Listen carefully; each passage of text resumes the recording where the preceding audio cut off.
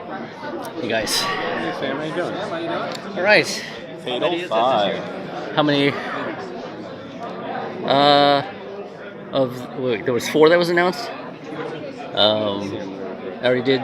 So the latest Superman. This one, Hush, and Wonder Woman, right? I think I'm doing 3. You're pretty busy. Yeah, it's been pretty busy for the last like 3 or 4 years. So When you get it's pretty nice. Pretty soon, actually. This next after this round, I think I'm slowing down. So I'm going to be doing, I believe, like every other one now. So yeah. Feels like you guys have really been on a roll lately, though. You've had a lot of really big winners. How do you feel like this one kind of slides into that momentum that you guys have?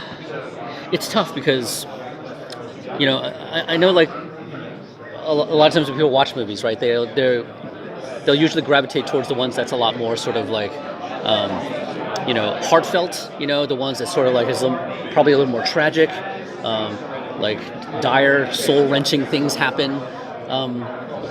And so those usually have a tendency, especially if they're sort of steeped in like superhero lore or history, But we can't do those all the time because it's, It's like we have to mix the flavors up because, again, if we just do soul-crushing to soul-crushing to soul-crushing to soul-crushing, I think everybody's going to be bored and saying like, they just keep doing this soul-crushing stuff and so. Again, it's difficult because sometimes, again, there's going to be something light, and sometimes, somebody that's beyond, us as far as creators that are making decisions like this is popular or this is whatever, and we want to fast track this, and sometimes you got to, like come up with an idea within a couple of weeks, and then you like bring it to script, and then you got to produce it, And then sometimes we don't have a lot of time, most of the time we don't have a lot of time, but this one in this case.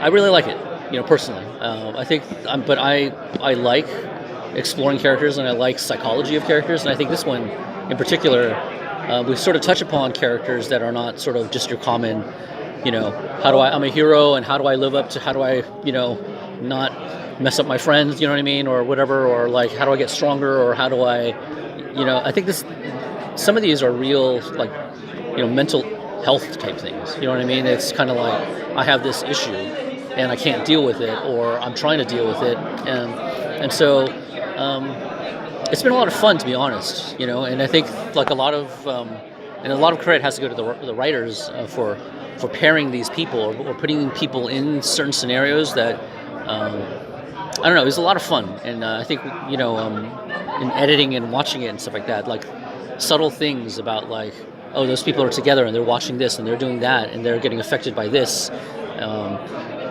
don't know. It's very subtle. Maybe it's only something that I'll appreciate, or like if you're really really into it, you'll appreciate. But there's a lot of really touching things in it. I think so. It's one of the ones I like the most, sort of working on. So. Can you talk a little bit about how you got to maybe cleanse your palate in between movies to change the tone in between the different projects? I kind of, to be honest, and I don't want to sound like a complainer or a whiner, but I really don't have the time. I mean, my overlap is so nuts. It's like right now, even though I'm not directing as much, I'm in post. I'm developing a script I'm part of a writing thing with a script that's coming up. I'm doing post on 3 different things right now. I'm finished, I'm trying to, we just shipped one of them. I'm in post on 2 of them. And again, I'm on like script meetings for this other one that I'm going to do in like a couple of months or something like that. So, it's difficult. And I think that's the grind of, for all intents and purposes, television. The television schedule, even though it is a DTV where it's produced, honestly, we're not movies, right?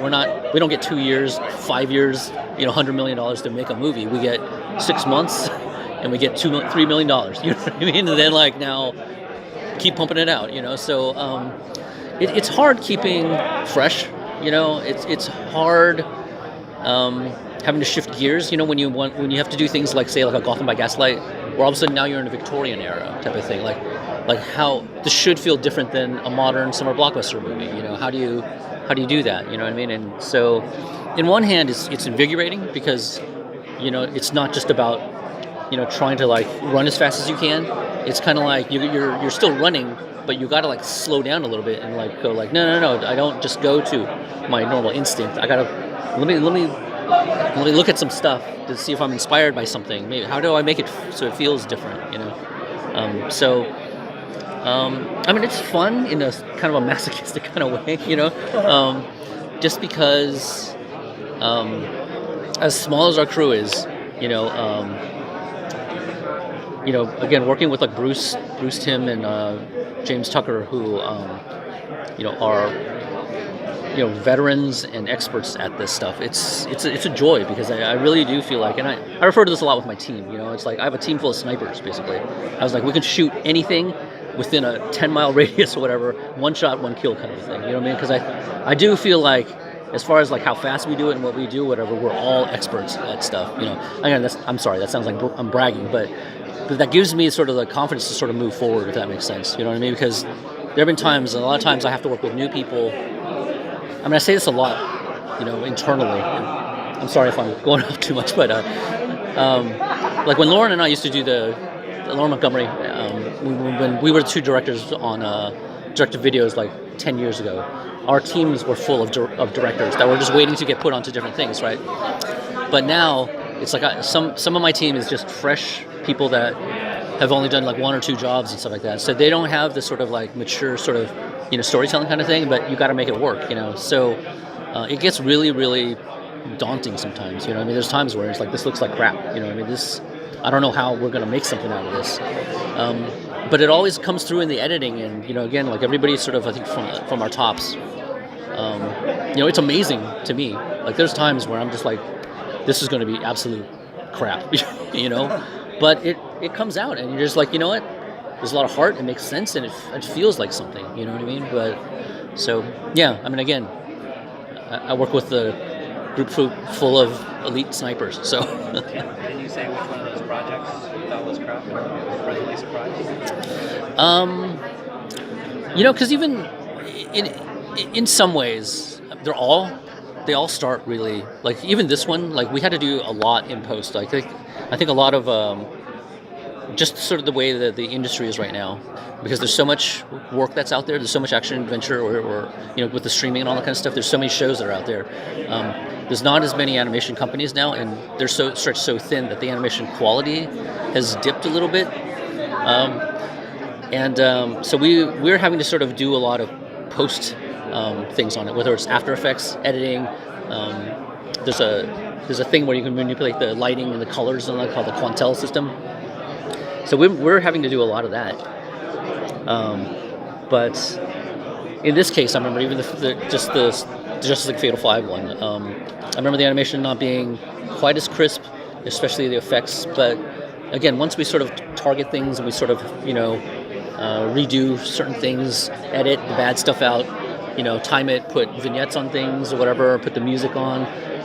You know, again, I think it feels beautiful. You know, I remember my first feeling of it. I was just like, this looks so horrible. You know, but at the end of it, we're just like, wow, this is going to be a good movie. You know, so